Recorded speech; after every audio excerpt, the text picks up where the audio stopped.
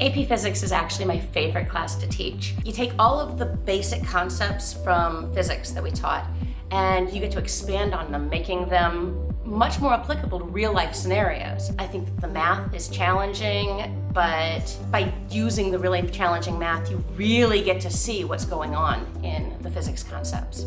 AP Physics is definitely a transition in like putting pieces together. In AP or in regular physics, it's more given to you, like the formulas are given to you, whereas in AP Physics, it's definitely more you have to figure things out on your own, and it's a much more independent class. In AP Physics, we're more just given notes, and then we have to work with that much more, and it's much more independent in that way. I absolutely encourage any student who is passionate about physics to study at the AP level, with the caution that we do use a lot of higher level math.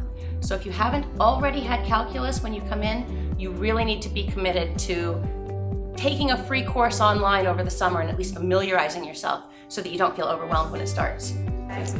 I would definitely say that the class is more stressful than normal physics.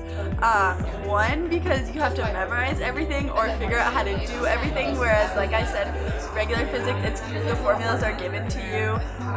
And then two, in AP Physics, again, it's much more independent, so it's much more figuring things out on your own. At least in my experience, the transition from physics to AP Physics, it was similar to transitions into other AP classes, in that it was similar concepts from the non-AP, but they were covered much more in depth. And in the case of AP Physics, at least for me, it covered a lot more math subjects that weren't covered in regular physics. We're going to cover things like kinematics, forces, energy, momentum, rotational motion, which is new to the student who hasn't had AP before, and simple harmonic motion and gravitation. I would say that if you really want to be successful, you should have an A or a B+ in regular physics. I don't necessarily want to put a grade cap on it. I feel like it's somewhat useful to say if you don't have an A in physics, you probably shouldn't go into AP. But it's AP Physics is a lot more math-based, so if that's your strength and you weren't as good with the conceptual things, maybe you can still do well in AP Physics. In AP Physics, at least, there's definitely a lot more work that you have to do out of school. Per night, I'd probably spend about an hour and a half on physics homework. Not that much, but it's a good amount. She gives us a homework packet, and we have questions to answer from the homework packet about it.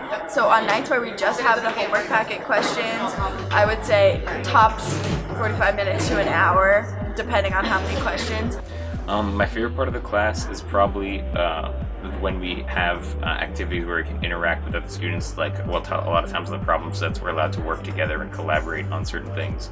And that sense of everyone trying to succeed together and collaborating definitely is one of the best aspects of the class.